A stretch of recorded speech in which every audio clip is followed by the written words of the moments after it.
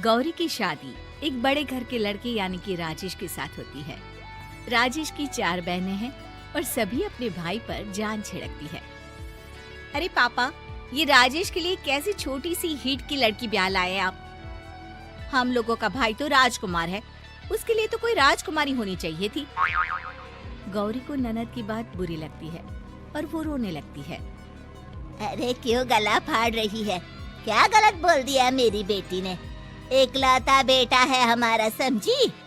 वो तो तेरे ससुर हाँ कराए थे, वरना मैं तो ना करवाती तेरी शादी अपने हीरे जैसे बेटे से। ननदे सास को भरती और सास गौरी से लड़ती। ये क्या है? तुम्हारी बहनें और माँ आए दिन मुझे खरी खोटी सुनाती रहती है। क्यों नहीं बोलते उन लोगों को कुछ? अरे क्या बोलूं? अब उन लोगों का इकलौता भाई और बेटा होना, तो वो लोग थोड़े इमोशनल है मुझे लेकर, समझा करो ना। और कौन सा वो लोग रोज आते हैं ससुराल से? माना एक साथ नहीं आती, लेकिन रोज कोई ना कोई तो खड़ा ही रहता है ना। खैर, जैसे तैसे कुछ साल गुजरते हैं। गौरी एक प्यारे से बेटी की माँ बनती है। सुनिए, हर बात पर ससुर जी से पैसा मांगना ठीक नहीं लगता। आप कोई काम क्यों नहीं करते हैं? काम तो मैंने कभी किया ही नहीं गौरी। पापा के पास इतना पैसा है कि मुझे जरूरत ही नहीं पड़ी। लेकिन कहते हैं ना, हर दिन एक सा नहीं होता।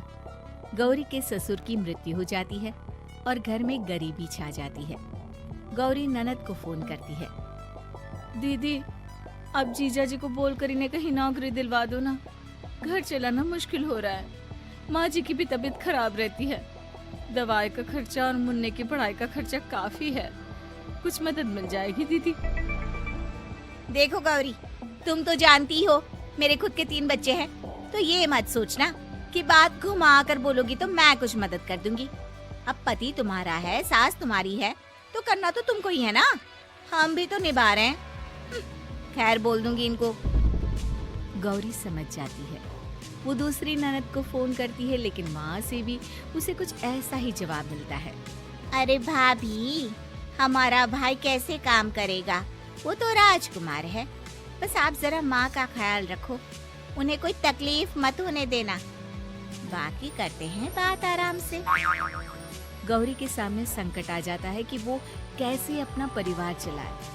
ना पति काम करना चाहता है और ना ननदे मदद। फिर एक रोज गौरी की सहेली कहती है, गौरी, मैं ना एक फैक्ट्री में काम करती हूँ, तुम्हारी परेशानी समझ सकती हूँ। क्यों नहीं तुम भी मेरे साथ वहाँ काम करती? अरे लेकिन मुन्ना तो छोटा है ना। तो क्या हुआ, तेरी सास और पति तो घर पर ही हैं, वो लोग संभाल लेंगे। तू चल मेरे साथ। गौरी ने अब काम करना शुरू कर दिया था, लेकिन उसका सपना अपने बेटे को अच्छी शिक्षा देने का था। गौरी अपने भाई से कहती है, भाई, आपके बच्चे जिस स्कूल में पढ़ते हैं उसमें मेरे गौरव का भी एडमिशन हो सकता है क्या? अरे कैसे बात कर रही है गौरी? जितना तू कमाती है उतने में तो तेरा घर भी नहीं चलता। तू कहाँ इतने महंगे स्कूल का सपना देख रही है? लेकिन गौरी भी ठान लेती है कि वो किसी न किसी तरह अपने बच्चे को अच्छे स्कूल में पढ़ाएगी। माँ जी, ये मेरे गहने हैं, मैं बेच रही हूँ। गौरव का कल एडमिशन है। अरे वो तो ठीक है गौरी, लेकिन आगे की फीस कैसे मैनेज करेगी? और ज्यादा मेहनत कर लूंगी माँ। गौरव कुछ बन गया तो हम लोगों के सारे दुख दर्द दूर कर देगा। गौरी, हम लोगं ने तुझे गलत समझा, लेकिन तू ही थी जो ये घर लेकर चल रही है, वरना कब की अलग हो जाती। गौरी सास की ओर मुस्कुराकर देखती है। आप भी तो मेरा साथ दे रही हैं ना।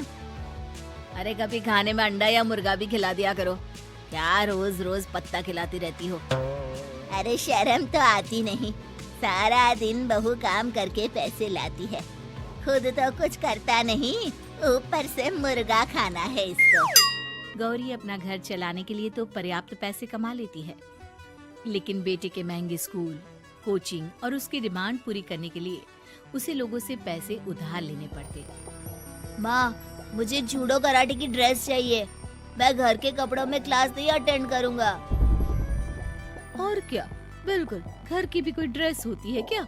मैं कल ही ला दूंगी। हाँ बच्चा, तू बस मन लगाकर पढ़ाई किया कर। उसके जाने के बाद कहाँ से लाएगी पैसे ड्रेस के? माँ वो पास वाली चाची से कुछ पैसे उधार लूंगी।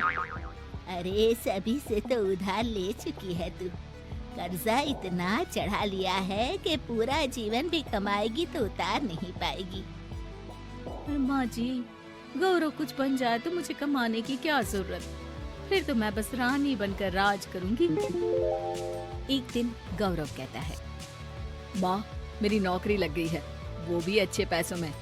अब हम लोगों के बुरे और दुख के दिन जल्दी खत्म हो जाएंगे। गौरी की खुशी का ठिकाना नहीं होता।